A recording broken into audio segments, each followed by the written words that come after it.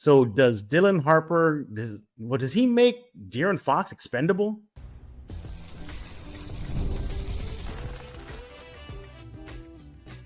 You are Locked On Spurs, your daily San Antonio Spurs podcast, part of the Locked On Podcast Network.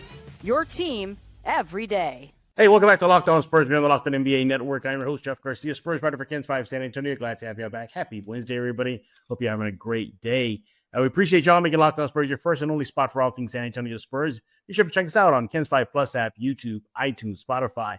You know where to go. Go subscribe right now. Basically, wherever you get your favorite podcasts. If you're on the YouTube side of things, click the subscribe, give us a thumbs up, all that good stuff. You know what to do. Today's episode is brought to you by Monarch Money. Yeah, you want to go check out Monarch Money ASAP. Take control of your finances with Monarch Money. Use code LOCKEDONNBA at monarchmoney.com for 50% off your first year. What are we talking about today? We're going to be talking about Dylan Harper and De'Aaron Fox. Now, recently via ESPN, an anonymous scout said that, hey, Harper has the makings of making De'Aaron Fox perhaps expendable down the road for the Spurs. We're going to buy that. We're going to sell that. We're going to talk about that. Then catch up some Spurs news you may have missed. Preseason schedule is out. Already? Like we're not even close. It just feels like the NBA is like year round. Doesn't stop, right? We'll get into that and talk about a Fox massive injury. Yeah, I don't know. Spurs fans went wild over the weekend. We're going to talk about that and more. Let's go and bring in our guest, Matt Guzman. He is with Spurs on Sports Illustrated. Be sure to follow him on X at MattGZMAA. Matt, are you dealing with a massive injury that may keep you out of all next season? You know what? Some sources have said that, some haven't. So it depends on who you believe, but I feel pretty good right now. So I'll. Because you have to cancel dinner plans with your family, and we just try to put two and two together. We say, no, gotta be Matt dealing with a massive injury. That's the only reason why he'll do that. Yeah, my parents weren't thrilled, but yeah, I had to cancel. Exactly. We're pretty much talking about the Spurs fans going crazy this over weekend about a rumored massive Fox injury. Matt was the one that calmed everybody down. We're going to talk about that in just a few minutes. Well, welcome back, Matt. And we're in it, man. This is the thick of it of the NBA offseason, isn't it? This is it. Absolutely. There's not much going on. So I guess every little bit of news kind of stirs up a frenzy. Yeah, even Locked On Spurs is on off-season mode right now. We're just doing about 2 to 3 a week, 3 if lucky, if there's something to talk about. But I definitely can use the break. I'm pretty sure you can use the break before the Spurs get going in October. More on that in a bit. But, Matt, you are here to discuss our first topic, which is Dylan Harper and De'Aaron Fox. For those of y'all, you probably already know already, it was a via ESPN article where an analysis scout pretty much said that, or it was an exec. Was that scout exec? But anyways, somebody within the workings of the NBA said that Dylan Harper has the potential to make De'Aaron Fox expendable should he be the real deal and live up to the hype. Let's go and use this graphic. I haven't used this graphic in a while, Matt. See if I can find it here. There it is. Look at that awesome work I did, man. That took me all of a day. Took me like 2 seconds to make that. All right. Well, welcome to Locked On Spurs Buy or Sell. So we're going to buy or sell this. All right. Started off. What do you think? You think Harper has the makings of making De'Aaron Fox expendable? You know what? I'm gonna sell it. I'm not gonna buy this tape, but I think that I might be remiss to leave out a couple things. I think part of what makes this claim so outlandish or audacious, whatever you want to call it, is that these players are on completely different timelines. Sure. Dylan Harper was not expected to be this all-world, all-generational prospect the way that Victor Wembanyama was, or the way Cooper Flagg was touted, or Zion Williamson, name your guy. And that's not to say he's not going to be great. There's a really good chance that he becomes a real impact player for the Spurs in next season, as soon as next season. But De'Aaron Fox is, several seasons into his NBA career. He's made an All-NBA team. He's made an All-Star team. Like, the Spurs traded for him intentionally, knowing what they could get from him, what could happen when you put Fox next to Victor Wembanyama. And now you have this rookie. The rookie is not going to make somebody like De'Aaron Fox expendable, right, especially not next season, especially not the season after that. Right. Because even if he has that talent, I mean, the looks, the Spurs are going to give the benefit of a doubt to De'Aaron Fox, who they traded for, as an all NBA level point guard to do what he needs to do. And I think that that's just, they're on two separate timelines here. One is several seasons in with all NBA accolades, and one is a rookie who will be great, I'm sure, who has great potential, but they're just not really on that same trajectory to make one another expendable. Yeah, we'll get to the other side of the coin, why he does in just a few minutes. But as far as talking why he doesn't, you're right. The timelines are different. Also, to Fox's season, as you mentioned, and Harper's not. Also, too, we really haven't seen Harper go against legit NBA competition. And not knocking Summer League, but Summer League is Summer League. You can't even really put too much stock in preseason. You can put a little bit, but not too much as when he's like, let's just say month 5 or 6 already in the NBA season. Then we can really make it an assessment on where his trajectory is going. But he has all the makings of being a stud on the court. But as of right now, no, I don't think he makes him expendable at all. Because I'm pretty sure Mitch Johnson, if it comes down to like late game situations or they need a veteran presence on there, and he's probably going to opt for Fox versus Harper in those situations. So right now he's not making him expendable at all. And also too, we still, Matt, we don't know how him and Wemby and the rest of the crew work together at all. We have a very minimal sample size of how Fox can really impact the team on a season basis versus just a couple of months that last season. So we still don't know. I mean, I get it. I see what the scout or the anonymous person via ESPN was talking about. We'll get to that in a bit. But as of right now, no. Again, zero NBA experience from Harper. But even in the Summer League, you were there, the Summer League. Matt, tell us what you saw from Harper out on the court. Yeah, I mean, like you said, he looked good. He looked like he was able to get to the rim with ease, regardless of who was guarding him. He looked like, there was a few things that obviously he's got to clean up. The shooting, just getting back to the feel of basketball. He played 2 games, and those were the only 2 games he played in 4 months. Right. So there were parts of his game that looked a little sluggish, that looked like he was still figuring out how to get back into it, on top of it being a different pace than he's used to, on top of it being a further 3-point line, on top of, this and that. There are a lot of things that kind of factored into that, but still, through all of that, all the things that he had to adjust to, he logged 16 points in his debut and made it look pretty easy. I mean, it was a fairly efficient outing for him against Cooper Flagg and the Mavericks, and the Spurs ended up getting that victory over them. And I think that was just, he definitely proved that he's ready to join this roster and begin to make an impact. He looked good, but like you said, we don't have any sample size for these legitimate NBA defenders that he's going to be facing, or his defense is one of his bright spots. We don't know what it looks like to guard the star point guard or the star shooting guard from a team, and so I think a lot more that he has to show.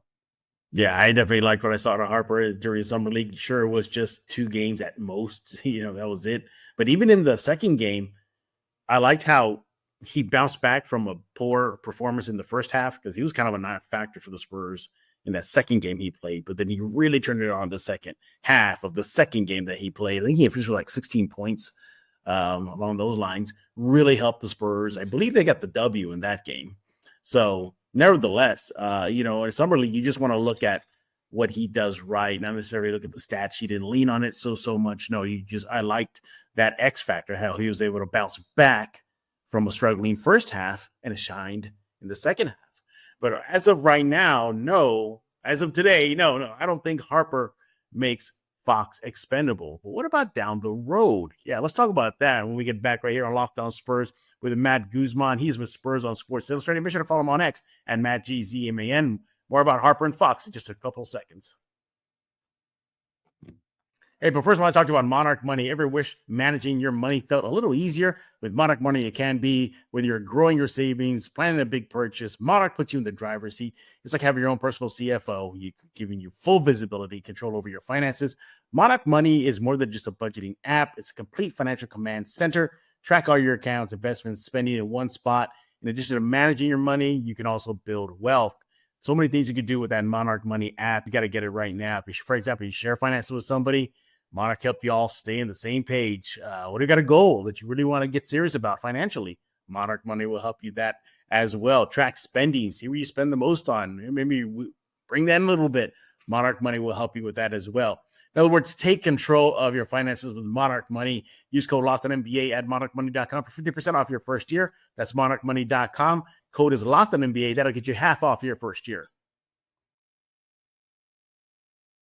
We're back right here on Locked On Spurs, joined by Matt Guzman. He is with Spurs on Sports Illustrated. During the break, we found out he'll be out next season due to a massive injury he suffered, this offseason. Matt, I hope you get better, man. The rumor mill's picking up about you and your injury. They do. Yeah. I've you can be okay. Threads. I've seen my name, all over the place. So, yeah. More on that in a bit about Fox fans and injury. Yeah, we'll talk about that in just a few minutes. But right now, we're talking about Fox and Dylan Harper. Recently, there was an article via ESPN, and in that article, there's an anonymous scout/exec that said that, hey, Harper has the makings to make Fox expendable. So we talked about how he doesn't, I should say, as of now. But what about down the road? Could that happen? And Matt, I'll start us off. I'm going to say, yeah, I think it could happen down the road. There's so many, I think it's just not just with Harper himself, more on that in a bit, but if you look financially too, could there be a point where maybe they're going to have to, pay him big bucks? And could the Spurs team survive in this apron world of having to pay a Fox, potentially Steph Castle, big money? Obviously, we know Wemby's going to get paid, and then there's Harper. The list goes on and on. So there could be some high salary to be paid down the road. Could Fox be kind of somebody gets hit with collateral damage that way and say, you know what? We can't afford to pay all these things. We have this apron we got to worry about. Look what happened in Boston. Look what's happening right now with so many other teams trying to avoid that situation. Could the Spurs be in this situation, and could Fox be that person?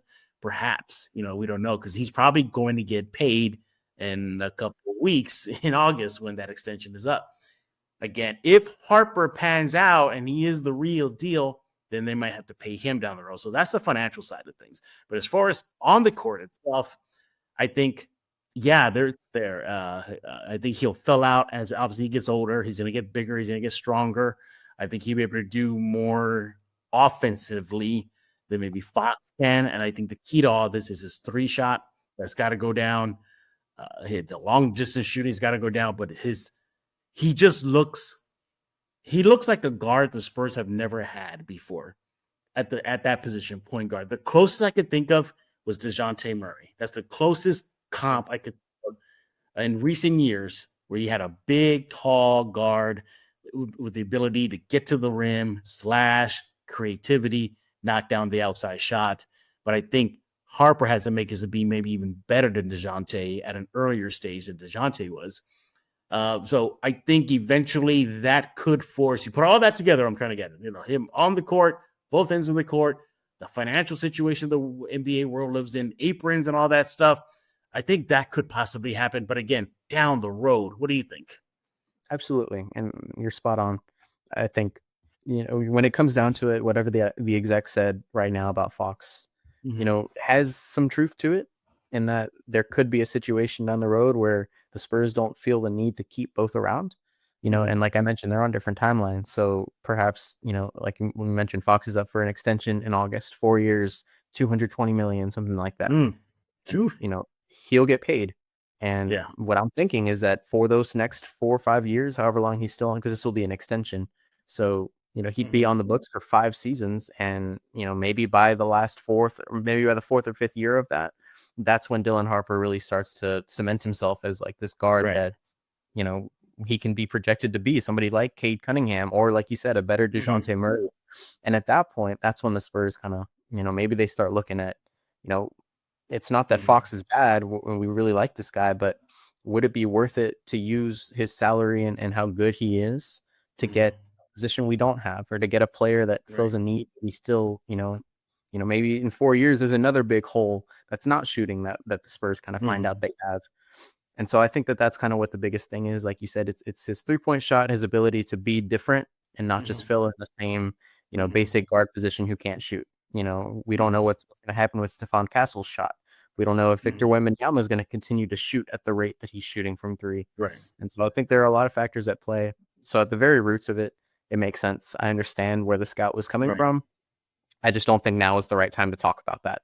I'm not so sure Exactly. that that's discourse to be getting into, with Yeah. 5 games Fox has played next to Victor, Yeah. And if you could look in your crystal ball, how would you, if you're looking at your crystal ball here, Matt, how do you think his rookie season will go? I don't think he's going to get Rookie of the Year. Okay. I think Yeah, I can see that. I Yeah. think maybe about halfway through, he starts getting really good rotational minutes and fills a good backup point guard role when De'Aaron Fox is off the court. He might be one of the better backup point guards in the league, Yeah. but I don't really see him.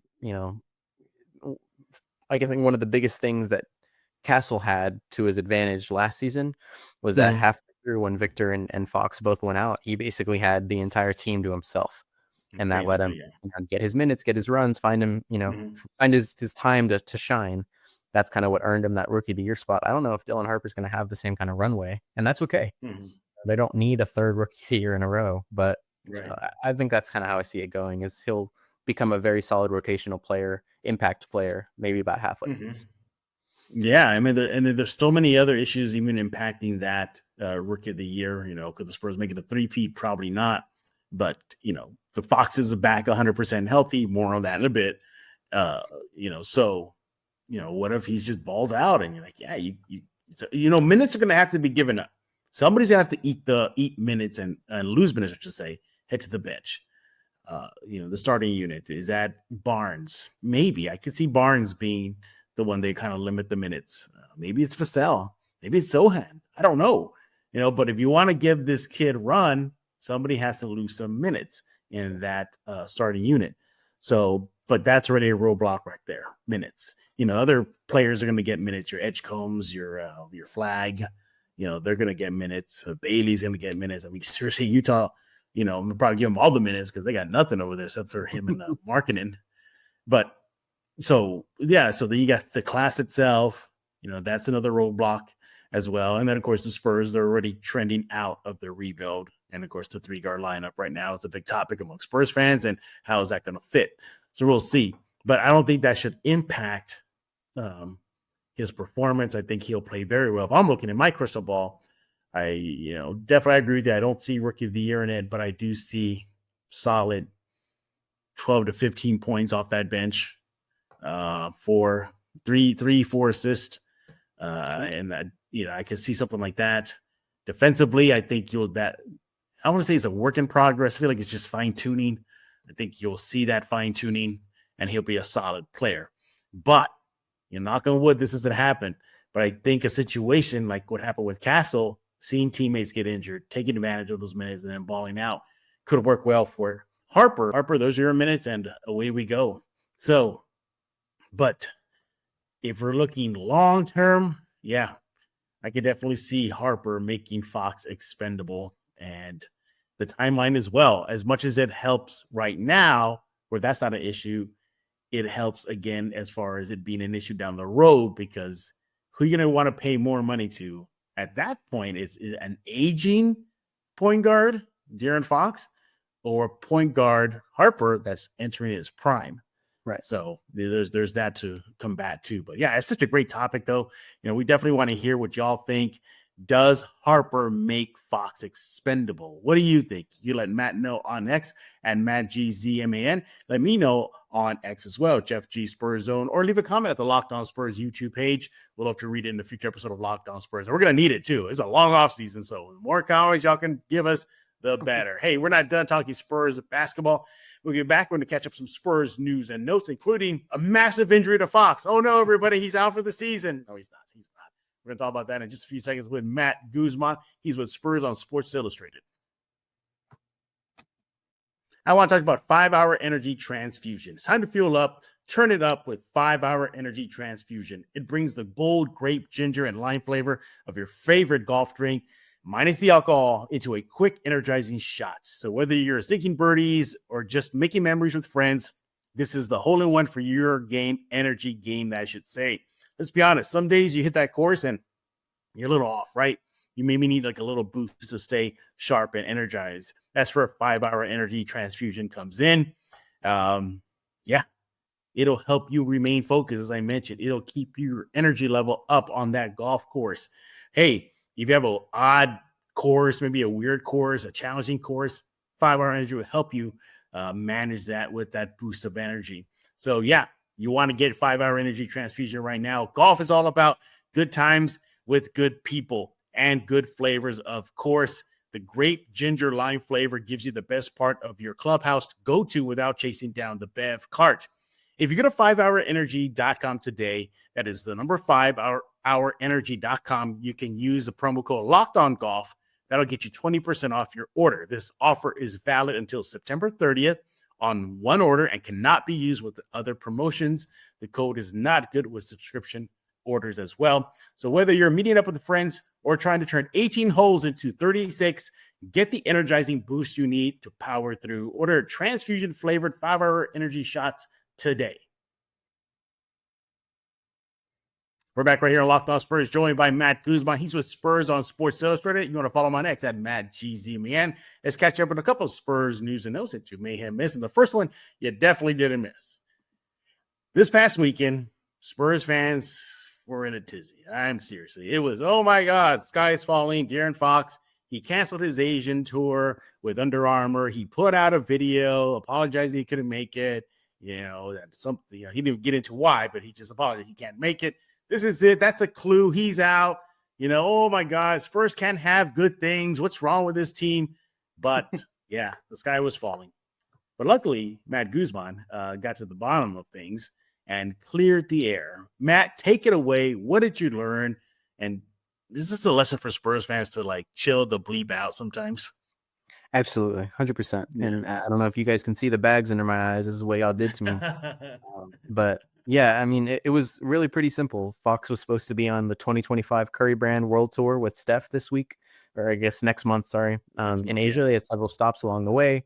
What it was Curry was going to start in San Francisco. Fox was going to go straight to Asia, and they were going to like convene on the last stop of the tour, just kind of promoting the new shoes, the brand, whatever it might be. Both were very excited. Fox was incredibly excited to do this. So I spoke with his tour host, which is the guy that is in charge of kind of facilitating those discussions on the stops. You know, like when he's sitting on the stage, he'll ask him questions, help translate, that kind of thing. And he was told by guys within Fox's camp that, you know, minor injury issue, he just, you know, would be better to rest, to prioritize that, not travel. And so he had to cancel the tour. And that's all it was. So I don't know where these rumors came from that, you know, there had been a season-ending injury. I don't know what happened, whose sources were saying, or sauces, like you like to say on it. Sauces. You know, everybody seems to have these sources, and I don't think people quite understand that just doesn't really happen with the Spurs. There just aren't really sources with the Spurs. That's not how it goes. Yeah. And people were like, well, why hasn't the Spurs talked about it, or why haven't sauces come out with? Well, why would they? You know, there's exactly. If it's a minor injury and all it was a precautionary measure, which is what, you know, I've been told, which is what I've learned, then there's no reason to mention it. You know, he's going to come back, he's going to be fine for training camp. And it was just a little unfortunate circumstance that he had to cancel this, you know, this press tour. But, you know, there is no season ending injury. It's not believed to be serious. You know, everything is going to be just fine. And so that's what I've been dealing with the last couple of days. Yeah. You know, it ultimately, if you watch the video again, and if Matt didn't do his homework and get to the bottom of things, you could just look from the video itself that he was perfectly fine. It was fine. He wasn't in the cast. He wasn't limping. He wasn't grimacing. Nothing like that. He was perfectly fine. So yeah, to see Spurs fans wig out. I mean, literally. I mean, people were. Anybody could have put on X. I heard from my sources, you know, that it was a hamstring injury and it's over, or it's a foot injury, it's over. I mean, Spurs fans would believe it. That's what bothers me sometimes with Spurs fans. They'll go to pick a X account, social media account, whatever it is, and they'll believe it. They'll believe it. Like, oh my God, that's it. It's over. It's over. But good on you for getting to the bottom of things too. And I believe too, Matt, if this was serious, I think the Spurs would have put something out by now. And they normally do when it's a major injury. Your thought? Absolutely. And it would have been a bombshell. Like, it would have come out of nowhere. Like today, De'Aaron Fox underwent surgery that's going to keep him out for next year, you know, but Yeah, that would have already happened if this was something of that nature, and it's definitely not. Mm-hmm. Yeah, exactly. So with that being said, we're going to move on with that. All right. Fox is fine. Everybody be ready for training camp. All right. Another Spurs news. The Spurs 2025 preseason schedule is out. Spurs fans will get to have at least three home games, I believe. No, 2 home games. And the rest will be on the road. They are taking on I'm going to say the Chinese team Lions on Monday, October 6th. It'll be at 7 p.m. Central. Then they'll go to Miami, okay? And then they'll have a game there against the Heat, a preseason game on October 8th. Then October 10th, they're back home, taking on the Jazz. And then they have a home and home versus the Pacers in Indiana on October 13th. And then wrap up the preseason slate October 17th against the Pacers. That's 7 o'clock at the Frost. And Matt, I remember a time, Matt, where this preseason schedules won't be released till like maybe a month before the season. It just felt like I was like, already? We're doing this already? But it'll be a good chance to see guys like Carter Bryant, obviously Harper, Seth Castle, the rest of the crew, and also guys that are probably going to be invited to training camp. David Jones Garcia will probably get some burn in those preseason games. And Matt, although preseason games are meant just for tune-up and get ready for the real deal, I think, for guys like Carter and Garcia, they really got to utilize the minutes because they're probably going to see, especially for Garcia, he probably won't see a lot of minutes. Maybe Carter might see a medium amount, but they got to take advantage of those minutes, don't they? Absolutely. Yeah. And that's a perfect time to do so. Like you mentioned, like the records don't matter. The scores don't matter. You'll even get a chance. I'm sure Carter Bryant will get some runtime next to Victor, maybe for 2 minutes, across those 5 games. Even those guys will play a little bit. And so, but it's going to be huge for them to kind of, this will be their first chance to play basketball again since Summer League. And so now you want to look at what's happened between July and October.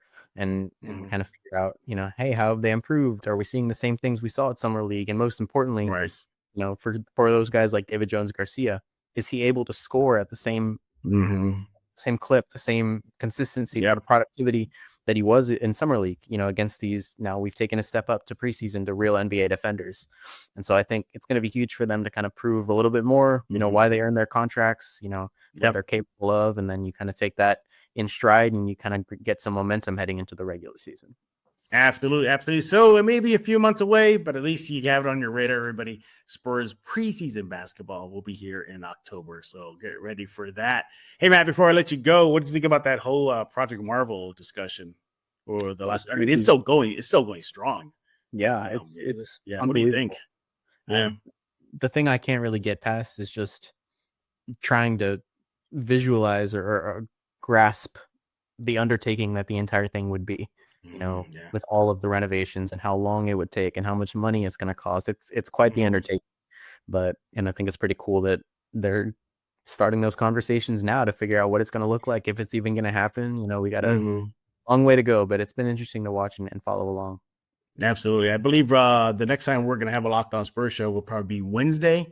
On Friday. Friday. We'll have probably the last one for the week. This would have been the last one for the week because we're off season mode, but because Project Marvel is a big topic right now, we'll have one on Friday talk about that. But yeah, for those of y'all who are not from San Antonio, basically Project Marvel is just this endeavor for the city to put in an entire sports entertainment complex, not just a Spurs arena, but a new one, I should say, a complex. So it's a Spurs arena, yes, but it's also shopping center and bars and a land bridge and dining spots and upgrades to the dome. It's a big endeavor, and there was a councilman recently from San Antonio, obviously, that kind of bashed it. And really, what got me the most, Matt, is when he pretty much dared the Spurs to relocate. Yeah, I don't know if you saw the video. He pretty much said like, yeah, let them try and see what's a better deal for them. I was like, whoa, that's pretty gutsy. It's crazy. But yeah, that was crazy. But but go ahead, Matt. Go ahead. Ruins if that happened. Was that again? Say it again. The entire fan base would be in ruins if that happened. Man, yeah, everybody in shambles. But we're going to be discussing that this Friday here on Locked On Spurs. But Matt, before I let you go, I just wanted you to chime in so at least you got your thoughts on the record. Hey, Matt, tell us what's going on with Spurs on Sports Illustrated. Well, I had a chance to speak with somebody, and so I finally got, whenever this episode comes out, should be out the same time, a good piece on Carter Bryant and just kind of his mindset heading into this offseason after, a little bit of summer league shooting struggles, but, he has a good mindset, good head on his shoulders. So I was very honored and excited to tell his story about, his confidence and why he is the way he is. So that should be out pretty soon. Exactly. Yep. That guy you just saw on your screen. Yep. Matt will have a little piece on him. Kind of help you get through the slow times of the NBA offseason / Spurs offseason. But Matt, once again, we appreciate you taking time out of your schedule to join us here on Locked On Spurs. Again, everybody, he is Matt Guzman, Spurs on Sports Illustrated. Very own. Make sure to follow him on X at MattGZMN. Everybody else, well, thank y'all for making Locked On Spurs your first listen each and every day. Free and available wherever you get podcasts, iTunes, Spotify, Ken's 5 Plus app, YouTube. You know what to do. Go subscribe ASAP. Do that right now. So you probably heard already. We'll be back on Friday. Yes, Locked On Spurs is in off-season mode. So from pretty much this point till about preseason, it'll be about 2 to 3 a week because there's really, like Matt said right now, really not much going on right now. So, but we'll help you get through it right here on Locked On Spurs. And again, subscribe. Ken's 5 Plus app, YouTube, iTunes, Spotify. You know what to do. Do it right now. So for Matt Guzman, I am Jeff Garcia. We're going to put a lock on this episode of Locked On Spurs.